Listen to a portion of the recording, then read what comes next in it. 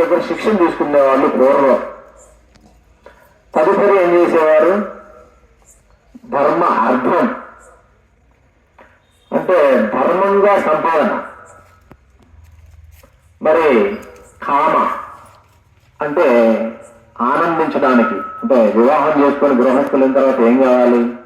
కోరికలు తెచ్చుకోవటం, అంటే ధర్మబద్ధంగా కోరికలు తెచ్చుకోవటం. ఆ తదుపరి మోక్షం. ఈ నాలుగిటిని కలిపి మనం చతుర్విధ పురుషార్థములు అన్నారు. మరి చూస్తే మనం ఈ మూడైతే చేస్తున్నాం చక్కగా. ఏమిటి? ధర్మము, అర్థము, కామము. మోక్షం విషయానికి వచ్చేసరికి అందరం కూడా చాలా వెనకబడి ఉన్నాం. ఏ విధంగా వెనకబడి ఉన్నామంటే,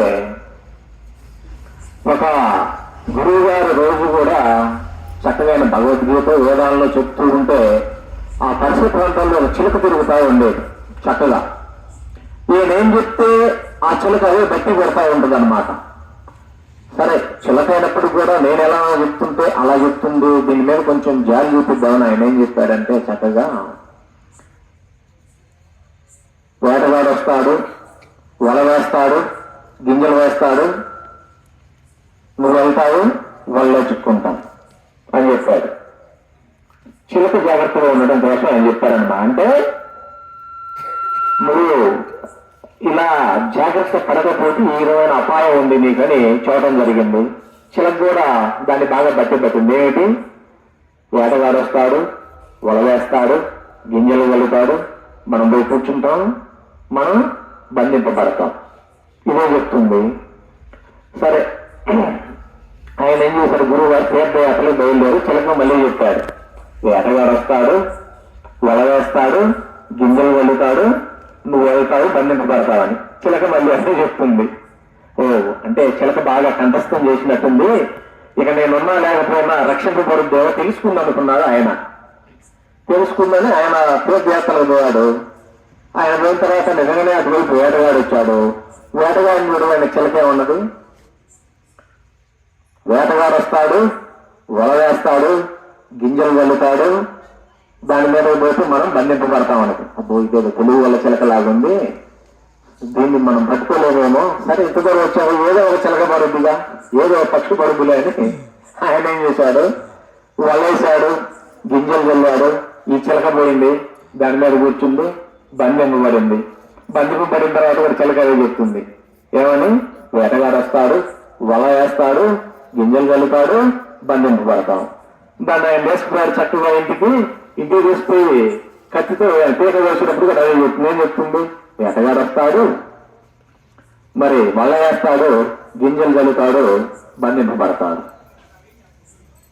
అర్థమైనా? అంటే మనమందరం అన్ని శాస్త్రాలు తిరగవేస్తున్నాం, కానీ శాస్త్ర అర్థములను మాత్రం అన్వయించట్లేదు, తెలుసుకోలేకపోతున్నాం. అర్థమైందా?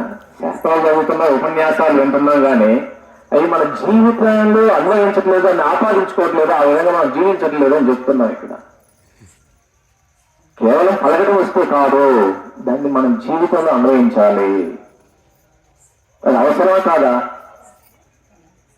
అంటే ఇంకోటి ఏమిటి? భగవంతుడు ఏం చెప్పాడు? భక్తి యోగం 6వ అధ్యాయంలో 6వ శ్లోకం గురించి చెప్తున్నాడు ఆయన. ఏం చెప్తున్నాడు? శ్రేయోహి జ్ఞాన మధ్యాస ధ్యాన కర్మ ఫలత్యాగం త్యాగ శాంతి అనంతరం. అయ్యా, మొట్టమొదటిగా అభ్యాసం గొప్పది. అభ్యాసం చేయండి, అభ్యాసం తర్వాత భక్తి గొప్పదయ్యా అని చెప్పారు. అభ్యాసం చేస్తే ఏమొస్తుంది? అందరికీ భక్తి వస్తుంది. భక్తి కంటే ధ్యానం గొప్పదని చెప్తున్నారు. ధ్యానం కంటే కూడా ఉన్నతమైంది ఏమిటంటే కర్మఫల త్యాగం. వాడు మాత్రమే శాంతిగా జీవించేదానికి అవకాశం ఉంది. ఎవరైతే కర్మఫలాలను త్యాగం చేస్తాడో వాడికి మాత్రమే శాంతి ఉంది. ధ్యానం చేసేవాడికి కానీ, భక్తి చేసేవాడికి కానీ, అభ్యాసం చేసేవాడికి కానీ శాంతి లేదు. అవి కొన్ని దశలు మాత్రమే. ఈ స్టెప్ బై స్టెప్ మనం ముందుకు పోవడం ద్వారా ఆ కర్మఫల త్యాగం అనేది మనం చక్కగా చేయగలుగుతాం. ఇప్పుడు ఏం చేస్తాం? మనం కర్మ చేస్తున్నాం, ఫలితం ఆశిస్తున్నాం, దానిలో బంధింపబడుతున్నాం చిలక మాదిరిగా. మరి ఏం చేయాలి? అన్ని నేర్చుకోవాలి, చక్కగా వదిలేయాల్సింది వదిలేయాలి. అర్థమైందా? ఇంకోటి ఏం చెప్తున్నారు, 8వ అధ్యాయం 6వ శ్లోకంలో యం వాటి స్మరన్ భావం త్యజంత్యక్త్వా కలేవరం తాంతమేవైతి కౌంతేయ సదా తద్భావ భావిత. ఎవరైతే అంత్యకాలంలో నన్ను స్మరిస్తూ దేహాన్ని విడుస్తాడో వాడు తదుపరి ఏ భావంతో అయితే తన శరీరాన్ని విడుస్తాడో అదే భావన తిరిగి పొందుతాడని చెప్పబడింది భగవత్ప్రాప్తి 8వ అధ్యాయం 6వ శ్లోకం. ఏమిటి దాని అర్థం? మనం అంత్యకాలం వచ్చింది, మృత్యు సమయంలో బాగా తినాలని కోరిక ఉందనుకో, నెక్స్ట్ జన్మ ఏం లేదు, బాగా తినే జంతువు ఉంది, శోకరం.